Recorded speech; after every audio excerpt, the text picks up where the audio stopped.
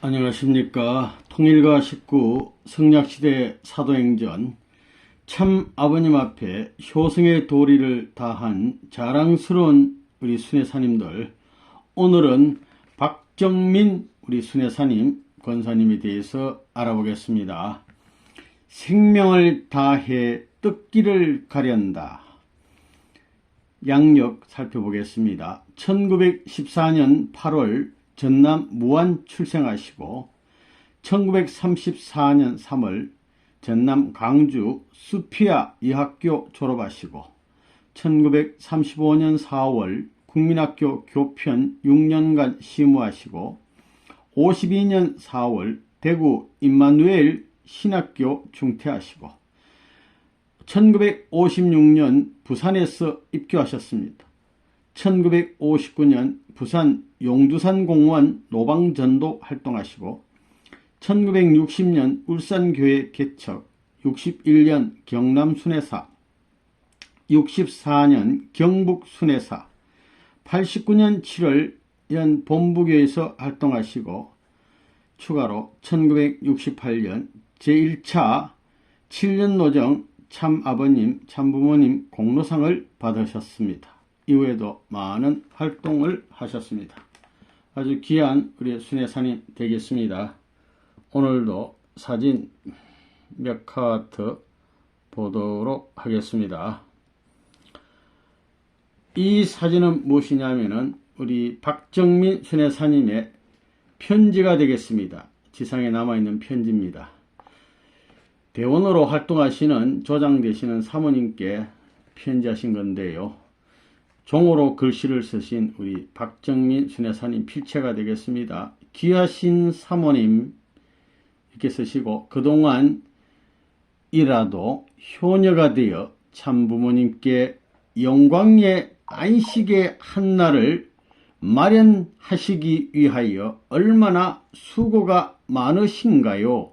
아버님의 집을 마련하시고, 이러면서 귀한 내용을 쓰시고, 맨 마지막에 그럼 놀랍고 충만한恩청이 함께 하옵시기를 간구하오며 이만 드리옵니다. 이렇게 됩니다.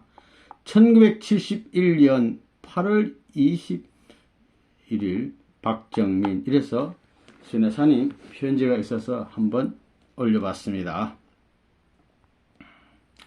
요 사진은 우리 순회사님 박정민 우리 순회사님 계시는데 연로하신 모습이네요. 여기는 참아버님 7째 아들 문형진씨 되겠습니다. 손을 맞잡으시고 있는 장면, 우리 순회사님 사진 한번 올려봤습니다. 요 사진은 제2회 전도사 수련회 때 전 본부교에서 아버님 모시고 우리 앙창성 강사님 또 계시고 이렇게 사진을 찍었는데, 주로 여성분들이 이렇게 사진을 찍었습니다. 전부 다 주로 수련생들 모습이 흰옷이네요. 다 흰옷을 이렇게 입으시고 이렇게 사진을, 뒤에 남자분이 계시네요. 이렇게 좀 계시고 있는데, 이게 단기 4292년이면은 1959년 됩니다. 그래서 순회사님은 57년도니까 2년 전에 40일 수련 받았었으니까 이런 모습 아니겠는가 이렇게 생각이 됩니다. 요 사진은 전 본부교에서 우리 귀한 여성분들께서 뭔가 이렇게 함께 보면서 무슨 작업을 하는 모습, 다정한 모습 되겠습니다. 1950년대 모습입니다. 이 사진은 야외의 높은 산에 올라가서 그동안 활동하던 분들이 이렇게 모여서 아버님 모시고 이렇게 하동회 하는 장면 되겠습니다. 이렇게 사진 한 컷 찍기 위해서 이렇게 다 보고 있는 모습 되겠습니다. 학생복도 있고 또 이렇게 부인들도 있고 이런 사진 되겠습니다. 아버님도 환히 웃으시네요. 예. 이런 모습 되겠습니다. 여러분들은 다 36가정 분들도 많고, 예. 요 장면은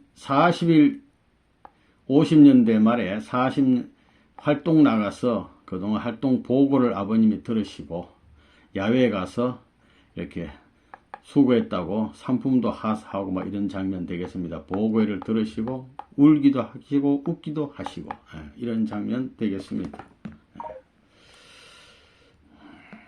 요 장면은 용두산 공원이라고 써놨는데 부산의 용두산 공원 되겠습니다. 우리 박정민 순회사님이 공원에 가서 전도활동을 했는데 공원에서 전도활동을 한 것은 시초가 된다고 봅니다. 그래서 함께 활동하시던 정석원 할머니께서 서울 올라가서 이 보고를 하는 바람에 파고다 공원, 장충당, 사직 무슨 뭐 각 공원에서 이제 삼천공원 이런 데서 이제 전도활동을 하게 됐다고 봅니다. 공원에서 말씀 전하는 시초가 되겠습니다. 용두산 공원, 우리 박정민 순회사님이 말씀 전도하신 공원 되겠습니다. 옛날 사진입니다. 이 용두산 공원 모습입니다. 예, 여기 어디서 하신지도 모르겠죠. 여기저기서 이제 말씀을 전하셨겠죠. 이 용두산 공원입니다. 예, 이 모습입니다. 이건 이제 최근의 모습인데요. 예, 이런 만약에 이렇게 할아버지들 계시다면 지파들 걸어놓고 말씀하지 않겠습니까? 예, 연상이 됩니다. 여기는 어디냐면은 또 달성공원, 대구에 가서 달성공원에 가서 또 노방전도를 하셨는데 달성공원 옛날 사진 되겠습니다. 예. 최근에 달성공원 사진 되겠습니다. 달성공원 모습 되겠습니다. 이런 데서 또 안에 들어가서도 칠판 걸어놓고 뭐 나무 이런 데서 또 걸어놓고 강의하시고 그랬었습니다. 사진은 이렇게 보시고 우리 순회사님 수기 읽어보도록 하겠습니다. 생명을 다해 뜯기를 가련다. 박정민 순회사님. 선교사의 도움 속에 성장. 나는 1914년 8월 전남 무안에서 출생하여 신안에서 자라났다. 할아버지께서는 독립운동을 하시다가 감옥을 자주 드나드신 분이었으며 아버지께서는 한학자, 중국학을 공부하는 한학자이시었다. 어린 시절 나의 집은 마당이 넓었기 때문에 명절이면 동네 처녀들이 많이 와서 강강술래를 하는 등 공개적으로 많이 이용되었었다. 또한 사랑채에는 미국 선교사가 와서 교회를 시작해 구경꾼들이 많이 몰려온 것이 기억난다. 이런 관계로 나는 어려서부터 교회에 다니게 되었다. 6살 때부터 선교사 아래서 집에 선교사가 있으니까 주일학교에 나가며 교육을 받았는데 당시 상황에서 여자로서 공부를 계속할 수 있었던 것은 이 선교사의 영향이 컸던 것이다. 5학년 때 강주로 나가 미션스쿨 개통인 수피아 부속 국민학교로 전학을 하게 되었다. 당시 이 학교는 훌륭하고 기숙사가 있어서 거기에 들어가게 되었다. 여기에서 어리지만 믿음이 독실하다고 해서 6학년 때 세례를 받게 되었다. 나는 여학교 1학년 때부터 선교사의 도움을 받으면서 고학을 하게 된 셈이다. 그래서 공부를 열심히 하지 않을 수 없었다. 또 성적이 나쁘면 학교를 다닐 수 없었기 때문이다. 그러면서 1학년 때부터 합창단에 들어가 노래 실력을 길렀고 축제일이나 교회의 행사, 크리스마스나 주일에는 특송을 했었다. 지금은 노방전도 등에서 목을 너무 무리하게 사용해서 소리가 아주 변했지만 하이소프라노라고 해서 칭찬을 많이 받았었다. 목소리가 높이 올라간다 이거죠. 우리 선생님께서도 초창기에 부산 깨꼬리 나오너라 하시며 나에게 별명을 붙여주시기도 하셨다. 노래를 잘하니까 깨꼬리라고. 학교에 다니면서 언니들 4~5명과 함께 시간을 정하여 기도 생활을 해왔다. 이때 기도 제목은 이성만 박사, 김구 선생, 조만식 선생이 하나 되어 독립을 성취할 수 있도록 해달라는 것이었다. 당시가 일제 치하에 있었습니다. 학교에서는 찬양대를 조직하여 크고 가까운 교회에는 믿음이 약한 학생을, 거리가 멀고 교세가 약한 교회는 믿음이 좋은 학생을 보내는 경우가 많았는데 나의 경우는 항상 먼 면 단위로 나가게 되었다. 또 기숙사 생활을 하면서 남들이 싫어하는 문제 아들을 4년간 함께 데리고 지내는 것도 추억으로 남는다. 당시 김필래 교감 선생님이 YWCA 학교 학생 여자 청년회를 조직하셨는데 학생회장으로 있던 내가 서울에서 모이는 전국 회장 집회에 참석하기도 했었다. 어릴 때부터 두각을 나타냈습니다. 그래서 김환란 박사, 임영신 박사, 박마리아 씨, 김메리 씨 등 그 당시 기독교에서 유명한 선생들로부터 지도를 받았었다. 학창시절 고학을 했었지만 항상 옷을 깨끗하게 입고 곱게 차리고 다녔기 때문에 부잣집 외동딸같이 생각하는 사람들이 많았다. 졸업할 때는 제일 큰 상인 총회장상과 지사상, 교장상, 개근상, 우동상 등을 탔었다. 졸업할 때 상을 다 휩쓸어 버렸어요. 또 학급에서는 반장으로 있었기 때문에 칠판을 지우거나 걸레를 빠는 일을 도맡아 했었고 시험 때에는 백지동맹을 하려고 해 많은 고역을 겪기도 했다. 백지동맹이라는 게 있습니다. 학생이 시험 거부한 거. 졸업 후에는 유치원보험으로 1년간 있다가 국민학교 교사로 6년간 심의하게 되었다. 일제시대에는 학교에 상부에서 시차를 자주 나왔는데 그들은 나에게 발음이 좋고 잘 가르친다는 평을 하기도 했었다. 학생들에게 성심성의를 다해 가르쳤기 때문에 다른 선생은 다 잊어버리더라도 나는 잊을 수 없다고 하면서 찾아오는 제자들이 많았다. 그리고 교회에서나 학교에서 언제나 특송을 했기 때문에 모르는 사람이 없을 정도였다. 또 헤어스타일이나 스커트와 구두의 모양에 이르기까지 모델이라고 할 만큼 단정히 해 가지고 다녔다. 그 후 결혼을 하여 나는 일남 이녀의 어머니가 되었다. 6.25 동란을 당하여 어머니와 아들을 잃었으나 아들이 하나 있는데 딸 둘이 있었는데 아들이 한 분이 6.25 때 돌아가 죽었어요. 나는 총알이 귓가를 스치고 머리 위를 지나가는 상황 아래서도 죽지 않고 살아난 것을 생각하니 이것은 모두 하나님께서 참 부모님을 만나게 하기 위함이 아니었나 하는 생각이 들어 너무나 감사할 뿐이다.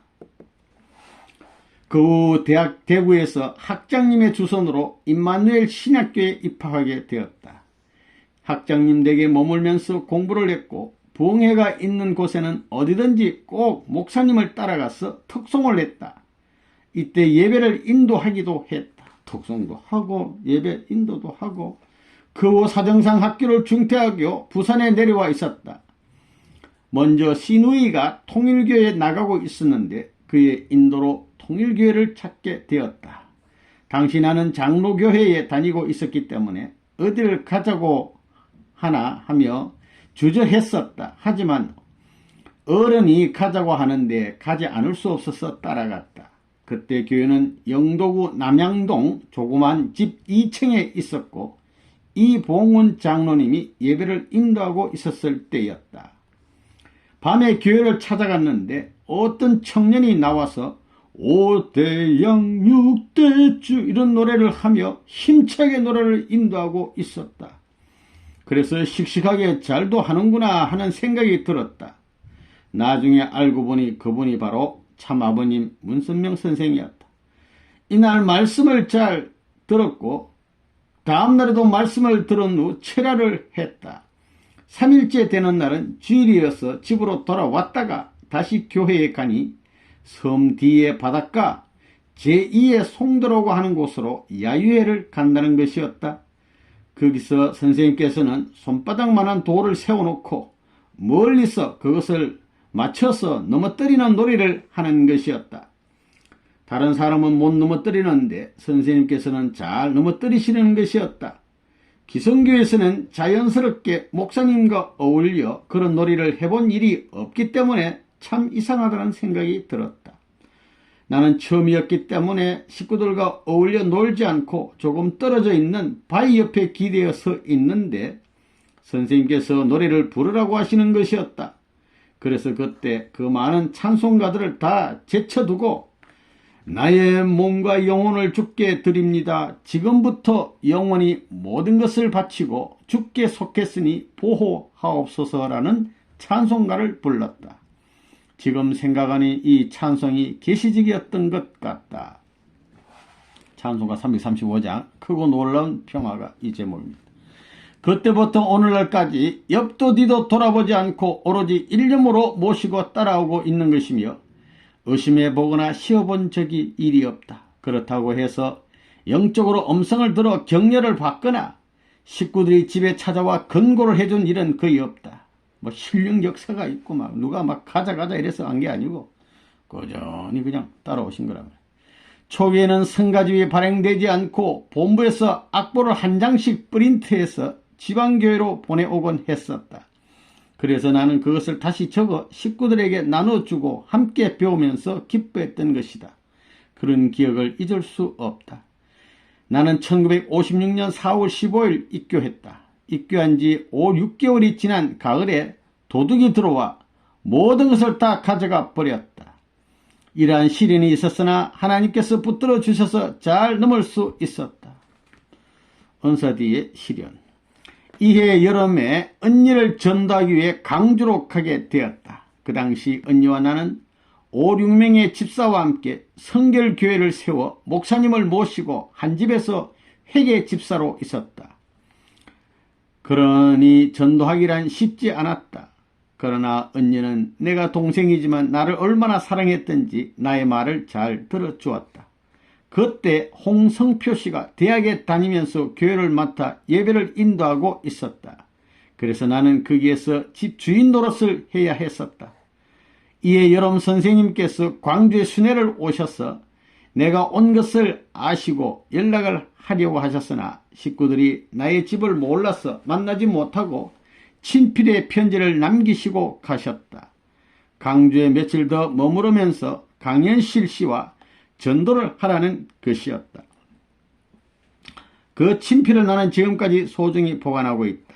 나같이 어린 사람을 통해서라도 한 사람의 식구라도 더 전도하시려는 하늘의 조급하심을 미루어 알 수 있었다. 아버님이 강현실 회장하고 함께 계속 광주에서 전도하라고 하는 편지를 남겨놓고 가셨다. 그죠?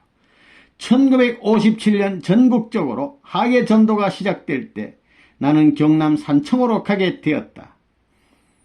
아까 처음에 그 사진이 전도가 나갔다 와서 시상하는 사진이었습니다. 하나님께서 이미 예배해 두신 집이 있어서 그 집 주인으로부터 식사 대접을 받으며 전도활동을 할 수 있었다.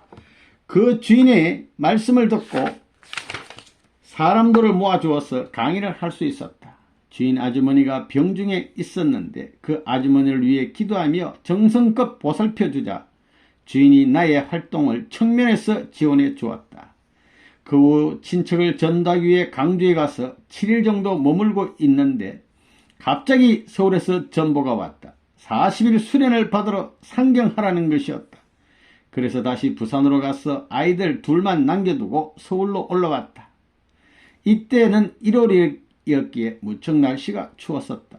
어린 아이들을 떼어놓고 온 엄마의 마음이나 엄마 오기를 손꼽아 기다리는 아이들의 마음은 마찬가지였다. 만일 내가 세상에 빠져서 그렇게 되었다면 천벌을 받을 수밖에 없었을 것이다. 안타까운 마음. 다시 집으로 돌아와 1년간 머물면서 교회에 나가고 있을 때였다. 하루는 교회에 가니 박봉식 권사께서 나에게 좋은 옷을 한 벌 입혀주시는 것이었다. 왜 이러세요? 하고 물었더니 아무 소리 말고 입으라면서 그 이유를 설명하는 것이었다. 하늘이 김복준 권사에게 역사하기를 박정민을 크게 쓰려고 하니 갖고 있는 옷 가운데서 제일 좋은 옷을 골라 입히고 지구 본부에 와서 일하게 하라고 하셨다는 것이었다. 옷이 몸에 딱 맞았다. 나는 그 10살 난 딸 아이를 고아원에 맡기고 공식 노점을 출발했다. 당시 할머니 집도 있었지만, 애기 할머니 집도 있었지만 아이를 거기에 맡겨놓을 경우 다른 신앙으로 굳어지면 통일교회로 인도하기 힘들 것 같아서 고아원으로 보낸 것이다. 그리고 나서 용두산 공원에 가서 새 말씀이 나왔으니 들어보라고 외쳤다. 두세 시간씩 강의를 하고 나서 더 자세히 듣고자 하는 사람은 교회로 데리고 갔다. 많으면 20명 내외, 적으면 3, 4명의 말씀을 들으러 왔다. 많을 때는 20명 정도로 막 교회로 데리고 와요. 이완 목사님이 이들 상대로 강의를 하시며 기뻐하셨다. 좋아하죠. 사람 작 들을 거니까. 이때 전도된 사람이 7, 8명이 된다. 나를 따라다니면서 함께 전도하던 정석원 권사가 서울로 올라가 이러한 보고를 드리고 파고다 공원 전도를 시작했다. 또 이 소문을 듣고 대구에서도 와 전도를 해달라고 하여 달성공원에 가서 일주일간 활동을 했었다. 협회 본부에서 잠시 머물러 있는 어느 가을날이었다. 선생님을 모시고 10여 명의 식구들이 앉아있는데 선생님께서 친히 사과를 나눠주셨다. 그런데 그때 나만 주시지 않는 것이었다. 그래서 내가 무엇을 잘못했을까 하고 곰곰이 생각하고 있는데 선생님께서 누가 사과를 받지 않았나 하는 것이었다. 모두들 박정민 씨가 받지 않았다는 대답을 하자 나에게 오늘 나와 같이 놀러가자 하시는 것이었다. 그래서 이것이 꿈이 아닌가 하는 생각이 들었다. 그래서 집차를 타고 다른 식구 2분과 함께 인천에 놀러갔다 왔었다. 좋은 추억을 만들었습니다. 1960년 여름에 울산으로 하계 전도를 나가게 되었다. 여기서는 김정은 36가정 씨의 집이 있어서 그 집에 신세를 지게 되었다. 2층 다다미방을 교회로 허락하여 안정된 생활 가운데서 전도할 수 있었다. 여기에서 농고생을 전도하여 그들과 함께 마이크를 메고 노방전도를 했다. 관공서 학교 등을 방문하여 전도활동을 했는데 부인 등 10여 명이 전도되었다. 학생들이 많이 나왔기 때문에 학생회를 정식적으로 출범시키고 그들을 중심으로 적극적인 활동을 전개했었다. 경주에서 학생들의 집회가 있어서 8명을 데리고 울산에서 8명을 데리고 도읍으로 행군을 실시했는데 그때 얼마나 다리가 아팠던지 지금도 그 상황을 잊지 못하고 있다. 거리는 한 30km가 넘어요. 거기서 그냥 울산에서 경주까지 학생들을 이끌고 그냥 학생 집회가 있다니까. 그까지 간 거예요. 울산에 있을 때 선생님께서 순회를 오셨는데 잃어버린 부모를 만난 것 같이 그토록 좋고 신이 날 수가 없었다. 아버님 만나면 그런 겁니다. 여기에서 1년 동안 있다가 경남 순회사 발령을 받고 순회를 하게 되었다. 순회하는 곳곳마다 집회를 열어 말씀을 전하고 대원들을 격려하는 것이 나의 임무였다. 외롭게 활동을 하는 식구들을 찾아가게 되면 그렇게 기뻐할 수가 없었다. 추운 겨울에 걸어서 가다가 발이 아파 더 이상 갈 수 없을 때는 버스를 무조건 타고 내가 지닌 돈을 내밀면서 그 돈만큼만 타게 해달라고 하며 동정을 구할 때가 많았다.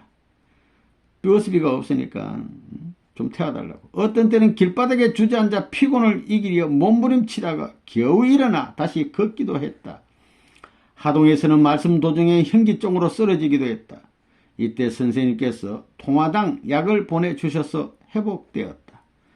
당시 남해에는 지금처럼 다리가 놓여 있지 않았다. 그래서 배를 타고 가니 전도를 나온 대원은 없고 날은 어두워졌다. 지서에 가서 사정을 이야기하니 잘 곳을 마련해주고 저녁 식사까지 사주어 하나님께서 지켜주신 데 대해 감사했다. 산청에 가니 국민학교 여학생 2명이 기다리고 있었다. 이들과 같이 기도하고 동네를 돌아다니며 사람들을 모아 말씀을 전하기도 했었다. 여학생 2명, 국민학교 여학생 2명. 함양에 가니 박승희 씨가 인도자로 있었고 시내와 떨어진 강변에 집을 얻어 교회로 사용하고 있었다. 여자의 몸으로 산에 가서 나무를 해다가 살림을 꾸려가며 전도를 하고 있었다. 청년들과 여성들도 있었어 이들을 중심으로 수련회를 개최했었다. 1963년 대구에서 전국 식구들이 모여 부흥회를 개최할 때 3차례 다 참가하게 되었다. 부흥회를 끝내고 선생님께서는 식구들 앞에서 나에게 이 목사님을 도와 대구에서 활동하라는 명령을 해서 부산에 가 보따리를 꾸려가지고 대구로 옮겨오게 되었다. 그때 장덕희 권사, 강순애 권사, 차만춘 권사와 같이 매일 달성공원에 가서 칠판을 걸어놓고 전도활동을 했다. 얼마 후 강건사와 차건사가 상경하고 장건사와 대구교회 한입산권 장로 박혜원 권사 등 몇몇과 힘을 합해 3년 동안 새벽에 냉수 목욕을 하고 성지 기도를 다니며 전도를 했다. 또 교회가 비좁고 남의 집을 빌려서 사용하고 있었기 때문에 더 높고 높고 좋은 성전을 주옵소서 하며 매일 새벽 300번씩 같은 내용으로 간구하기도 했다. 겨울에는 너무나 추워 혀가 돌아가지 않아 누구가 듣는다면 웃지 않을 수 없을 만큼 어렵게 심각하게 기도를 했었다. 그렇게 1년간 계속해서 성지 기도를 올리자 하나님께서는 나의 기도에 응답을 주셔서 좋은 성전을 허락하셨다. 이때의 기쁨은 그야말로 청량할 수 없을 정도였다. 그 당시만 해도 선생님께서 자주 지방교회에 순회를 하셨는데 늘 나의 얼굴을 보시고 지금은 건강이 어떠냐고 물어보셨다. 그럴 때마다 부모의 심정으로 염려해 주시는 그 사랑에 늘 감격하곤 했다. 그리고 어머님께서도 금년에 몇 살이냐고 물으시면서 10살은 적게 보인다고 말씀하시는 것이었다.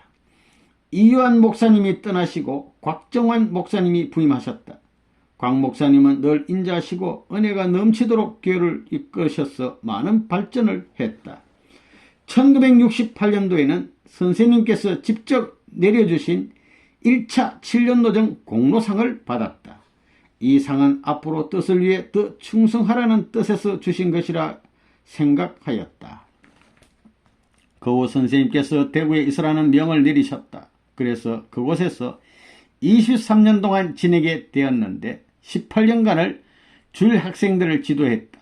그리고 매월 개최된 수련회 때마다 수련생 음악 지도와 신앙 지도를 하며 교구 본부 살림살이를 돌보았다.